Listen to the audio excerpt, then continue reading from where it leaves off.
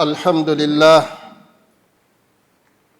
لله الذي أمرنا بطاعته ونهانا عن معصيته، وعد الصالحين بجنته ومستقر رحمته، وتواعد العصاة بدار نقمته وزوال نعمته. وأشهد أن لا إله إلا الله وحده لا شريك له السيد المطاع، وأشهد أن سيدنا ونبينا محمدًا عبده ورسوله إلى خير أمة وأتباع. اللهم صل وسلم وبارك على نبينا محمد صلى الله عليه وعلى آله وصحابته وأتباعه الأبرار. أما بعد، فاتقوا الله عباد الله، واعلموا رحمكم الله بأن سرعة انقضاء الأيام والشهور والأعوام ظاهرة لا ينكرها عاقل ولا يجهدها إلا معاند مكابر. قال تعالى في محكم تنزيل: يا أيها الذين آمنوا اتقوا الله حق تقاته wala tamutunna illa wa antum muslimun. Sifa zote kamilifu za mustahiki Mwenyezi Mungu Mola ulimwengu, yeye ambaye alituamrisha kumtii na akatukataza kunako kumwasi, yeye ambaye aliahidi wale waja wema watakaofuata amri zake kwa kutekeleza alichoamrisha na kuacha alichowakataza, kuwa neema zake waja hao duniani zitathibiti kwao na kesho siku ya mwisho pepo yake ndiyo itakuwa mafikio yao. Allah tujalie tu miongoni mwa kundi hilo, Allahumma amin. Akawaonya na kutahadharisha wale wote watakaokiuka kunako sheria yake, ya kwamba neema zake kwao zitawaondokea duniani na kesho siku ya mwisho moto wa jahannama utakuwa ndiyo mafikio yao. Allah tunakuomba tutenge mbali na kundi hilo. Nakiri kwa moyo wangu nikitamka kwa ulimi wangu ya kwamba hakuna apasaye kuabudiwa kwa haki na kweli isipokuwa Allah subhanahu wa ta'ala peke yake. Kunako swala la ibada hana mshirika, yeye mpweke, yeye mmoja, ni muumba na vyote vilivyobaki ni viumbe. Na nakiri kwa moyo wangu nikitamka kwa ulimi wangu ya kwamba bwana wetu, mwalimu wetu, mtume wetu Muhammadin sallallahu alayhi wasallam ni mja wa Allah na ni mtume wake. Yeye mwalimu bora aliwafunza maswahaba na umma mzima dini na tabia na mwenendo na tauhidi, akafikia kuondoka dunia Uislamu kama dini umekamilika. Neema zake Allah kwa Waislamu zimetimia, na Allah anatosha kuwa ni shahidi alipoturidhia Uislamu uwe ndio dini yetu. Ya Rabbi, tunakuomba Uislamu uliotupa bila kukuomba, tunakuomba sasa Mola wetu tuthibitishe kwenye Uislamu huu mpaka hapo tutakapoondoka dunia. Ndugu zangu Waislamu, ninakuhusieni bila kuisahau nafsi yangu, kila mmoja amche Allah subhanahu wa ta'ala. Nadhani kila mtu mwenye akili timamu anayaona jinsi siku zinakatika, wiki zinakatika, mwezi unaondoka, mwaka unakatika, na hiyo ni ishara kwa kila mwenye kujitambua na mwenye akili. Kukatika kwa siku, kukatika kwa mwaka ni ishara ya kwamba tunakurubia sote kunako kaburi, ni ishara ya kwamba tunaiaga dunia. Ndugu zangu Waislamu, Allah subhanahu wa ta'ala amehukumu ndani ya Qur'ani akisema: enyi mlioamini, mcheni Mola wenu kweli wa kumcha, na kamwe isitokei mmoja wenu akafishwa ili hali si Muislamu, kwani atakuwa amepata hasara. Tumuombe Allah subhanahu wa ta'ala atujalie pindi wamoja miongoni mwetu watakapofika mwisho wa uhai wao, ya Rabbi wawafikishe wafishe ili hali ni Waislamu.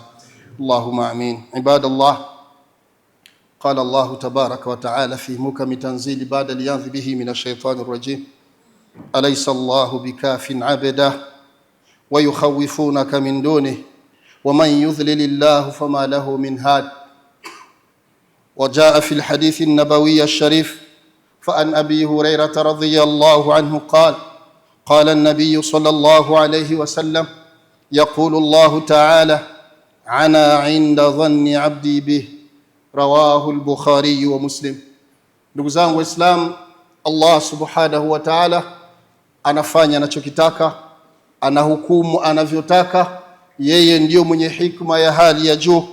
Anatuuliza Mwenyezi Mungu Subhanahu wa Ta'ala, ili hali majibu anayo ndani ya Qur'ani, kitabu ambacho hakina shaka ndanimo na ni uongofu kwa kila yule mcha Mungu. Allah anatuuliza akisema, alaysa Allahu bikafin abda. Waislam, hivi kweli sio Allah Subhanahu wa Ta'ala peke yake ndiyo anao uwezo wa kumtoshelezea mja wake? Hivi kweli sio Allah Subhanahu wa Ta'ala anapotaka kukupa anakupa, na akikunyima hakuna anayeweza kukupa, na akikuinua hakuna anayeweza kukushusha, na akikushusha hakuna anayeweza kukuinua, na akikutukuza hakuna anayeweza kukudhalilisha, na akikudhalilisha hakuna anayeweza kukutukuza? Alaysa Allahu bikafid abda, hivi si Allah peke yake awezaye kumtoshelezea mja wake? Hii wallah, kwa Muislamu mwenye tauhid, kwa Muislamu mwenye imani, anaamini kwamba Allah Subhanahu wa Ta'ala peke yake ndio anao uwezo kutoshelezea. Sasa Allah anamuuliza mtume na kila Muislamu, wa yukhawifunaka min duni, kwa nini watu tuokope maisha ya duniani? Kwa nini watu tuwaokope wengine kinyume chake Allah? Boss anamtishia mfanyakazi wake, anamwambia utakula jeuri yako. Wakati mwingine mzazi anamfukuza mtoto kwa kumuonea, anamwambia utaiona dunia chungu. Wakati mwingine mtoto anashindwa kumtii mzazi wake, akidai ya kwamba riziki yangu mimi haitoki mikononi mwako. Nani ambaye anamtoshelezea mja isipokuwa Allah Subhanahu wa Ta'ala? Na Mwenyezi Mungu anahukumu, anasema waman yudhlilillah, na yule ambaye Allah Subhanahu wa Ta'ala atamuacha katika upotovu wake, atamuacha katika upotovu wake, katika udhalili wake, katika njia yake mbaya, Allah akakuzira, akakutupilia Allah anasema fama lahu min had, hakuna yoyote katika viumbe anayeweza kukuongoza, hakuna yoyote katika viumbe anayeweza kukuokoa. Mtume wetu Muhammadin sallallahu alaihi wasallam kwenye hadithul qudusi ambayo haina shaka amepokea Imam al-Bukhari katika kitabu chake, hadithi ya 7405, na Imam Muslim katika kitabu chake hadithi ya 2675. Allah Subhanahu wa Ta'ala kwenye hadithi al-Qudusi anasema, ana inda dhanni abdi bi, mimi Mola wenu mtanikuta kule ambako anakonijalia, anakonidhania mja wangu. Allah anasema kule utakapomzania ndipo utamkuta. Ukimzania Mola wako vizuri utafanikisha. Unapoiomba dua ukawa na yakini kwamba Mungu ataipokea, ataipokea. Unapofanya kazi kama sababu ukawa na yakini kuwa Allah atabariki, nitatoboa, utatoboa. Na unapotumika ukasema mimi ni fungu la kukosa, hata nitumike siwezi kupata, utakosa. Unapomdhania Mola wako vizuri utamkuta kule ulikomdhania vizuri, na ukikata tamaa mapema ukamdhania vibaya hautofanikisha. Ahsinu dhanna bi rabbikum ya ibadallah, mzanieni Mola wenu vizuri waja wa Allah Subhanahu wa Ta'ala. Wakatuhusia masalafu salih kuanzia maswahaba na waja wema waliokuja kabla yetu, wakatufunza wakasema, ij'alil humuma hamman wahida yakfika alhumuma kullahu, jitahidi katika maisha yako ya kila siku, wasiwasi unazozipata, stress unazozipata, malengo unayoyakusudia. Kila mwanadamu ana malengo yake, yawe mazuri au mabaya, lakini kila binadamu ana malengo yake. Unafanya unachofanya una malengo unakusudia. Jalia malengo yako, jalia wasiwasi yako, lengo lako na kusudio lako, shabaha yako ilenge sehemu moja.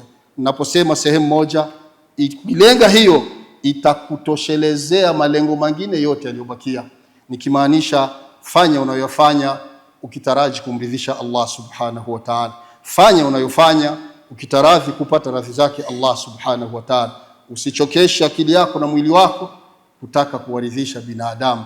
Tafuta radhi za Allah, akikuridhia yeye, hata kama binadamu wakikuacha utakuwa umefanikisha duniani na akhera.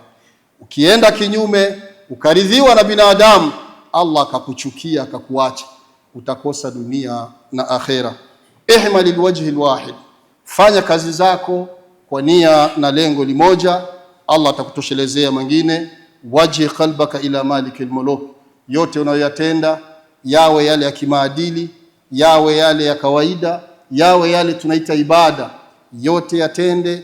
Ulee nafsi yako ukielekeza kwa mfalme wa wafalme, ila jabbari samawati wal ardh, yule ambaye anamiliki mbingu 7 na ardhi 7 na viliomo, na hashindwi na chochote.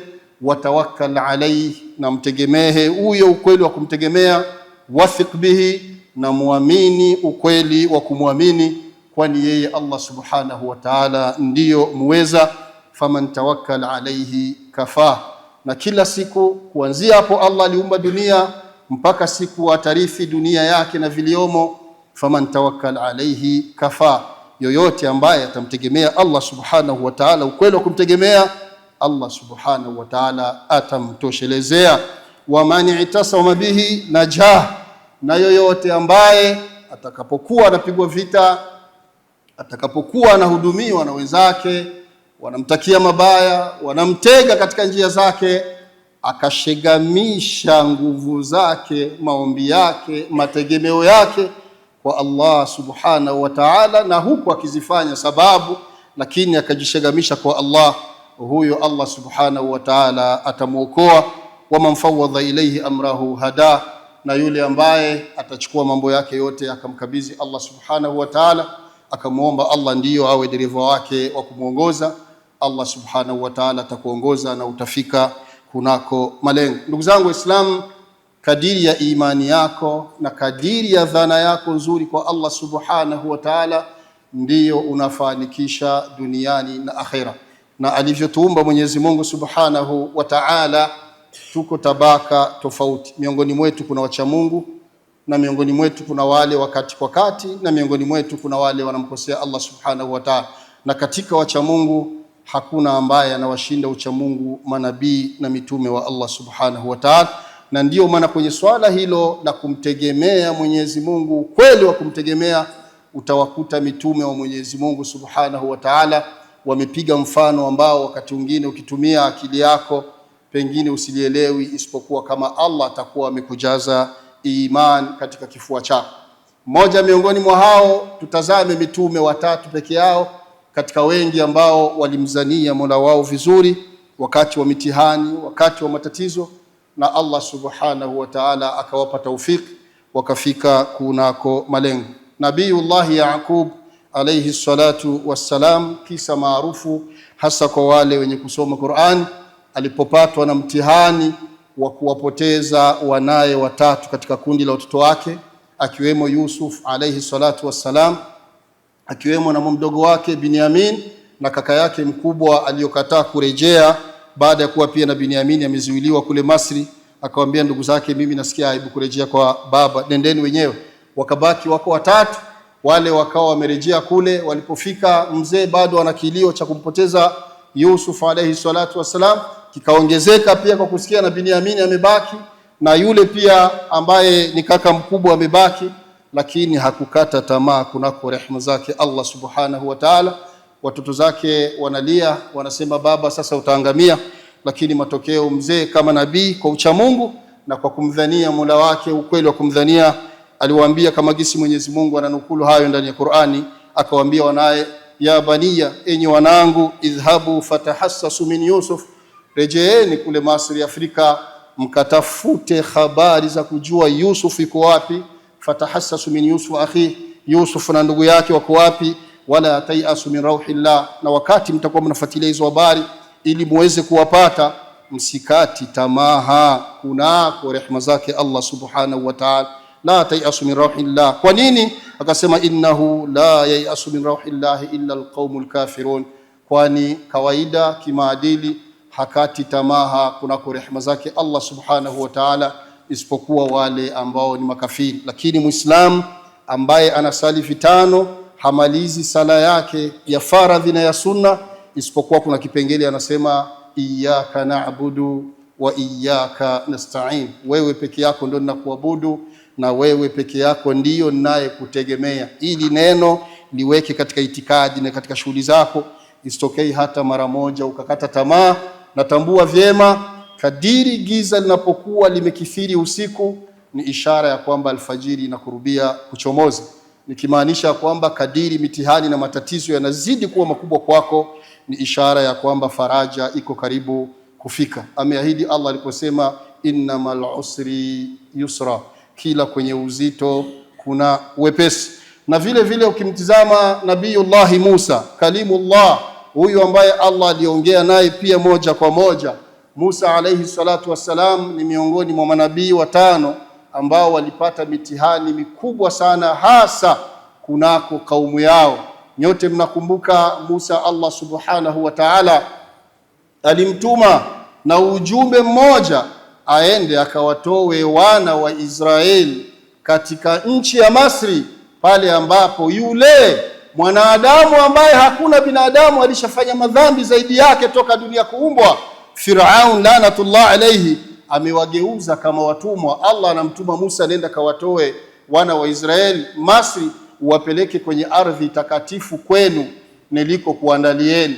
Musa akaenda akaitekeleza kazi yake ipasavyo kama alivyotumwa na Allah subhanahu wa ta'ala, akiwa yeye na ndugu yake Harun, na wote wawili wakiwa ni manabii. Walipofika pale, yaliyotokea pale ni marefu, sio nafasi yake hapa. Baada ya mitihani mingi iliyotokea na vitisho vya wale ambao ni wachawi wa Farao na mengine, lakini Musa akafanikisha kutoka na kundi lile la ndugu zake wana wa Israeli, akiwapeleka kule Allah aliyomuelekeza. Lakini kwa kuwa Mwenyezi Mungu anapanga anachokipanga kwa hikma anayoijua, wakajikuta njia wanayoelekea ambayo wanaelekea kule ambako Allah alikusudia. Wamekwenda mpaka wamefika pembezoni ya bahari, Baharul Ahmar, bahari nyekundu. Walipofika pale, mbele yao kuna bahari, nyuma wanasikia sauti za farasi, vumbi inaruka juu. Firaun na Hamana kama naibu wake na jeshi lake kubwa linakuja kwa nia ya malengo ya kuwaangamiza. Ukitumia akili ya binadamu, hakuna njia ya kuweza kuokoka. Mbele kuna maji, na maji sio mlima uwezi ukaingia, wala hakuna mtumbwi, na nyuma jeshi linakuja lina silaha. Akili ya binadamu, unajua hapa mimi ninaangamia. Wakabadilika, wakaanza kumlaumu Musa alayhi salatu wassalam, kama alivyonukulu Allah subhanahu wa ta'ala ndani ya Qur'ani. Wakapiga ukelele watu wa Musa, wasema inna la mudrakun, Musa umetufanyia nini? Sasa tunaangamia, Firauni atatufikia, Firauni atatumaliza. Kwa nini usingetuacha kule? Kama ni adhabu tukaipata ile alikuwa anatupa, hapa tunakufa. Musa umefanya nini? Lakini kama nabii wa Allah subhanahu wa ta'ala anamzania Mola wake vizuri, pamoja na kuwa Musa alayhi salatu wasalam bado hajapata wahi, kama baharini patakuwa njia, lakini anamzania Mola wake vizuri. Qal, akawajibia akasema kalla, kamwe hatuwezi kukamatwa. Inna man ya rabbi sayahdin, niko pamoja na Allah rabbi, Mola wangu mlezi, sayahdini, atanielekeza wapi nitapita. Baadhi yao wanasema huyu mjinga, wapi tutapita mbele ya bahari na jeshi linafika? Allah subhanahu wa ta'ala akitaka kukunusuru, Allah akitaka kukunusuru, hata yale mnaita vizingiti, obstacle, Allah huwa anajalia inakuwa ni faraja na njia unapita. Mwenyezi Mungu hashindwi na chochote. Tumdhanie Mola wetu ukweli wa kumdhania, tumtegemee Mola wetu ukweli wa kumtegemea. Musa alipojibu haya, Mungu akaona imani ya Musa ni kubwa na Mungu ameahidi lazima waende. Allah akatoa amri akimwambia Musa, piga fimbo yako kwenye bahari. Anasema al-Imam Ibn Kathir kwenye tafsiri yake, Jibril alayhi salatu wassalam alipokuja na wahi kumwambia Musa piga kwenye bahari, ndugu yake Harun akaharakia, kwa kuwa na yeye alikuwa na fimbo, akapiga fimbo yake kwenye bahari, bahari ikabaki kama ilivyokuwa. Jibril akamwambia hapana, huyo Musa, amri ni kwako wewe, piga fimbo yako. Musa akapiga fimbo yake. Allah subhanahu wa ta'ala kwa uwezo wake akiamua kitu ni kun fayakun, akaitoa amri, bahari zikatoka barabara 12, sio barabara moja, barabara 12, kwa sababu wana wa Israeli walikuwa ni kabila 12 na kila kabila haipatani na nyingine, na Mungu anataka kuwaokoa kwa Firaun Jabbar.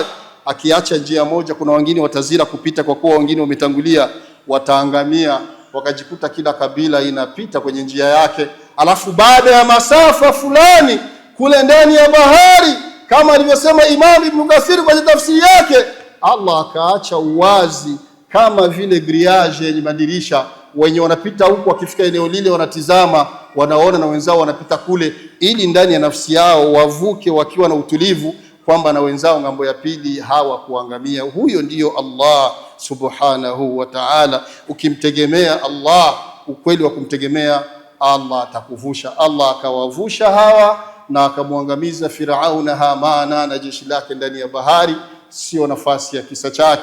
Mtume wetu Muhammadin sallallahu alaihi wasallam anahama na uacha mji wake na upenda wa Makkah al-Mukarrama kwa amri ya Allah. Baada ya kuambia maswahaba na wao wahamie Madina, mtume akatoka na Abu Bakari, akazifanya sababu mtume akaenda pangoni, akafichama siku 3 ndani ya pango. Wako pangoni, Makureshi wanatoa ofa, atakayeleta Muhammad na Abu Bakari wako hai au vichwa vyao wameshawaua, atalipwa thamani ya ngamia 100. Kila kijana anazitaka, kama gisi binadamu wote tunapenda mali, na amesema Allah, watuhibbuna almala hubban jamma. Wanakuja pale kwa sababu tunapenda mali sana. Wanafika kwenye pango, wanaongea, mtume kwa ndani ya pango na Abu Bakari wanawasikia masauti.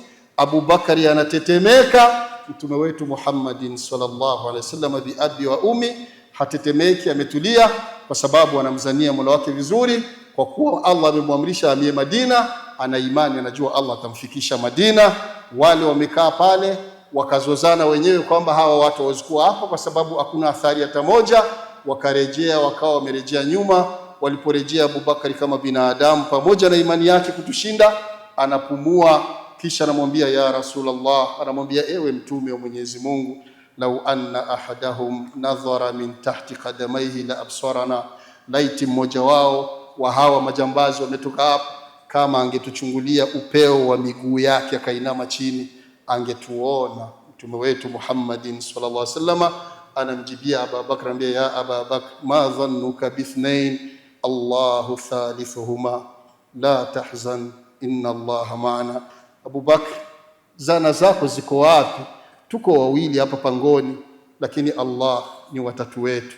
Usihuzunike, usiokopi, inna Allaha ma'ana, hakika Mwenyezi Mungu yuko pamoja na sisi. Tulia, atatufikisha huko tunakofika. Ndugu zangu Waislamu, mtume wetu Muhammad sallallahu alaihi akatoka na Abu Bakri, wakawa wamejielekeza Madina na wakafika Madina. Na kuhusia ndugu yangu, bila kuisahau nafsi yangu, ametuhusia mtume wetu Muhammad sallallahu alaihi wasallam, wametuhusia waja wema. Zingatia haya manne, uyafanye yawe ndio msingi wa maisha yako, labda ukafanikisha kwenye dunia yako hii kabla ya akhira. La kwanza, wa'lam anna ma asabak lam yakun liyukhtiak wa ma akhtaak lam yakun liyusibak. Tambua jema, unapofanya jambo, unataka malengo, unajikita kwenye sababu, lakini ukaguswa na lile linalokuumiza, umetaka uweze kuvuka urehisiri lakini ukafeli. Umefanya biashara, unataka faida lakini ukahomba. Umetaka uende hapa lakini ukashindwa. Tambua likikugusa hilo ambalo linakuhuzunisha, basi kamwe lisinge kukosa, kwa kuwa amepanga Allah subhanahu wa ta'ala. Na ukipata unachokuwa umekipata, umezifanya sababu, fanya biashara yako, malengo yako utoboe, upate, ukapata, hata kama kwenye njia palikuwa miba, palikuwa watu wanakutega, wanakufanyia shirki, wanakuchongea utambi, lakini ukakipata. Allah ameandika, akiwa ameandika utakipata. Amini hayo. Na la pili, wama bihi min ni'matin fa min Allah. Allah ametugawia riziki kadiri alivyomgawia kila mmoja. Ukajiona unacho chochote katika pato, iwe ni pato, iwe ni afya njema, iwe ni mwili mzuri, iwe ni watoto, iwe ni mashamba, iwe ni cheo, fa min Allah, amekupa Allah subhanahu wa ta'ala. Kwa nini? Liannaka dhaifu, wewe ni dhaifu. Wewe ni dhaifu, huwezi kujipa hicho. Allah amekuchagua katika wengi akakupa. Kinachofuata ni nini? La tatakabbar, usiwi na kibri, kwa sababu Allah aliyokupa na uwezo wa kunyang'anya akampa mwingine. Na hata akikuinua usijivuni sana, bali jishushe ili Allah azidi kukuinua, kwa sababu ana uwezo yeye aliyokuinua kukushusha. Jiweke pale alipokuweka Allah subhanahu wa ta'ala, na uridhike na kile alichokuandikia Allah subhanahu wa ta'ala. Kisha uamini, wathik anna ma asabaka min musibatin fahiya dafi'atun lima a'zamu minha. Akatuhusia mtume wetu Muhammadin sallallahu alaihi wasallam, akasema unapopatwa na msiba wowote, unapopatwa na tatizo lolote, tambua vyema kwamba hilo lililokupata ni kinga ya likubwa zaidi ya hilo lingekupata. Kwa hiyo likikupata, mshukuru Allah subhanahu wa ta'ala, useme inna lillahi wa inna ilaihi rajiun. Sisi ni waja wa Allah na kwake Mwenyezi Mungu tutarejea. La nne, wadhkur anna laka rabban, kaa ukikumbuka ya kwamba uko na Allah subhanahu wa ta'ala kama mlezi wako. Alikulea uko ndani ya tumbo la mama yako, hujui chochote, akakulinda, akakupa riziki, akakuumba alivyokuumba, na baada ya kuzaliwa uko mchanga, uko mdogo, hujui chochote, kaileta riziki kwenye maziwa ya mama yako na akakulinda usiku hata mama yako amelala, lakini Allah akakulinda. Elewa kwamba uko naye. Kama aliweza kukulinda uko chekechea, si lolote si chochote, hatoshindwa kukulinda uko baba mzima, mama mzima ambaye unamsujudia vitano na kila siku unasema wa iyyaka nasta'in, na wewe ndio ninakutegemea. Amini hilo. Ukiamini hilo, uamini katika sifa zake Allah ni nyingi, 99 na zaidi, lakini amini sifa zake 4 zilizobaki zitakusaidia. Uamini kwamba Mola wako huyo fa innahu sami'an, kwamba yeye ni msikivu. Kwa hiyo unapomuomba, amini ya kwamba anakusikia na Allah anakujibu sawa na kile ambacho anaona kinaendana na wewe. Mwenyezi Mungu anatujua zaidi ya gisi tunajijua. Unaweza kupenda jambo kumbe ni shari kwako, na unaweza kuchukizwa na jambo kumbe ni khairi kwako. Ukijiuliza kwa nini hivi, kwa nini hivi, majibu amejibu Allah, wallahu ya'lamu wa antum la ta'lamun. Ninyi hamjui lakini Allah ndiyo mjuzi. Kuna watu Allah amewaumba na anawajua, kama asingewapa uwezo hata mdogo pengine wasingemwabudu. Allah akawapenda akawapa uwezo juu wa muabudu. Na kuna wengine miongoni mwetu Allah amewaumba akawajua kwamba akiwapa uwezo hata mdogo watavuka mipaka, watakuwa na kibri na dharau na pengine hawatamwabudu. Allah akawanyima duniani kwa kuwa amewapenda, akawapa hali ya kawaida mafakiri, ili kesho waende wakaingia katika pepo yake. Kwa hiyo usimdharau yoyote kwa kuwa unamshinda. Yawezekana akawa na thamani mbele ya Allah kuliko wewe. Na usijivuni kwa sababu unajiona kwamba wewe ni bora. Kuwa umetoboa duniani si ishara ya kwamba Mungu amekupenda zaidi. Allah anamjua mcha Mungu kati yetu ni nani. Na vile vile ukumbuke ya kwamba Allah subhanahu wa ta'ala ni mwingi wa huruma. Allah anatuhurumia zaidi ya gisi wazazi wetu wanatuhurumia. Na ukumbuke ya kwamba Allah subhanahu wa ta'ala ni muweza. Unapohitaji msaada kwake likumbuke hilo, Allah atakusaidia. Na la mwisho kabisa, ukumbuke ya kwamba Allah subhanahu wa ta'ala ni hakimun khabir, ana hikma ya hali ya juu na ana habari tosha ya yote mnayoyatenda na yale ambayo mnazamiria kuyatenda, kama mkiyatenda namna gani mtayatenda. Allah habari zote hizo anazo. Kikubwa ni nini?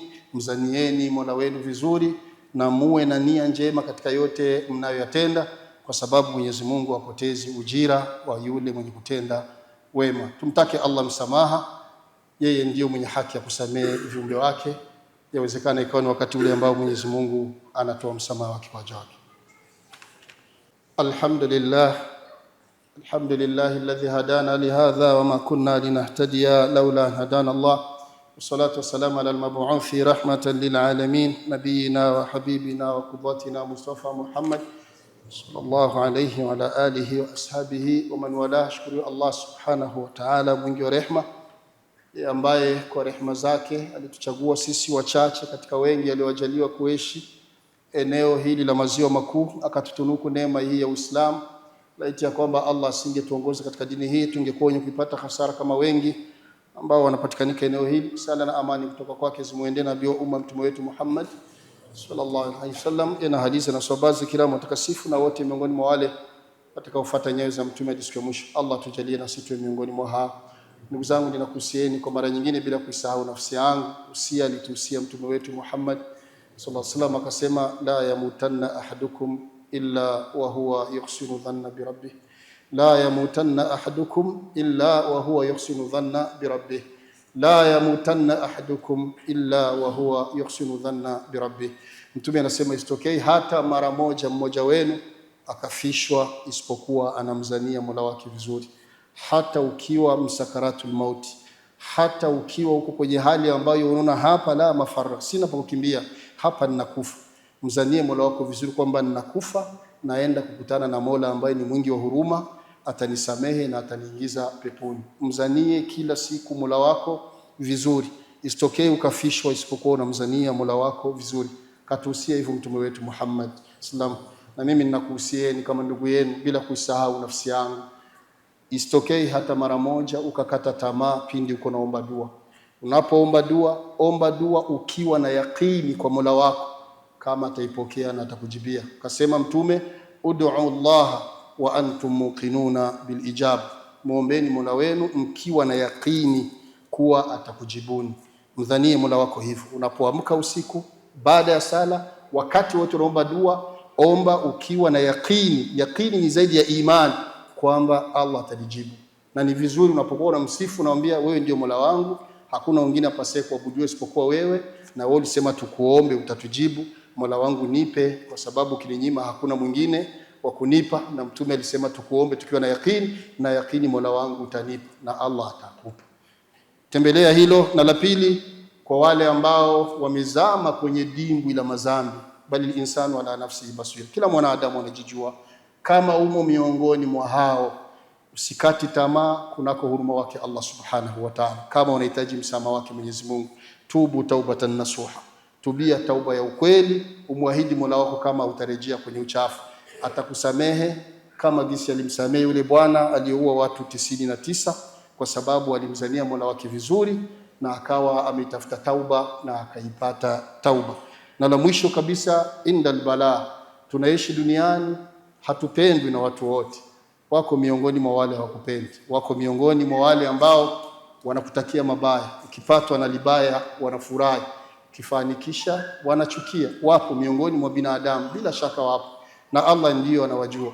Ukiguswa na lolote miongoni mwa balaa, iwe ni biashara yako imepotea, umefisha, ni maradhi, umefukuzwa, umefungwa kama ulifungwa hata manabii, ukiguswa na lolote usikati tamaa kwa Mola wako Allah subhanahu wa ta'ala. Hata Nabiyullah Ayub alayhi salatu wasalam aliugua miaka mingi, lakini hakukata tamaa. Hata Zakaria alikaa miaka mingi hajampata mtoto, lakini hakukata tamaa na Allah alimpa mtoto. Hata Ibrahim alayhi salatu wasalam hakukata tamaa na Allah alimpa. Hata maswahaba wa mtume wetu Muhammad sallallahu kila walipokuwa wakipambana kwenye vita wakata tamaa, na Allah aliwajalia walitoboa mpaka wakafikia kufa. Allah mwenyewe ametangaza akisema radhiyallahu anhum wa radu anhu, Allah aliwaridhia na wao wakamridhia. Ukiguswa na balaa, mzanie Mola wako vizuri na umuombe Allah subhanahu wa ta'ala kwa ikhlas na kwa yakini, na jitahidi sana udumu ukitekeleza yale anamridhia Mwenyezi Mungu, kwa sababu hujui ni kiasi gani umebakiza ili uondoke dunia. Na kifo kikija, bila shaka kitakudiriki, kitanidiriki katika moja miongoni mwa hali mbili. Ima kikukute huko katika hali ya kumtii Mwenyezi Mungu, unakuwa umemaliza vizuri, au kikukute katika hali ambayo umezamilia kunako maasi, unakuwa umemaliza vibaya. Kumbuka kauli ya mtume alisema, man dama ala shay'in mata alayhi wa man mata ala shay'in bu'itha ilayhi. Utakachodumu sana kwenye uhai wako unatekeleza, ndicho utafia yeye. Ukidumu sana uko mchawi, utakufa uko mchawi. Ukidumu sana uko mzinifu, sababu ya kifo chako itakuwa ni maradhi ya zina. Ukidumu sana uko mwizi, usioni ajabu kakamata umeenda kuiba ukauawa. Na ukidumu sana unasali, ukidumu sana unafunga saumu, kifo kinaweza kudiriki uko na saumu, au uko ndani ya sala, au uko naenda msikitini, au unatoka msikitini, na kile utakachofia utafufuliwa siku ya kiyama ukiwa na ishara hii. Tumombe Allah subhanahu wa ta'ala sote atupe mwisho uliokuwa mwema. Allahumma amin.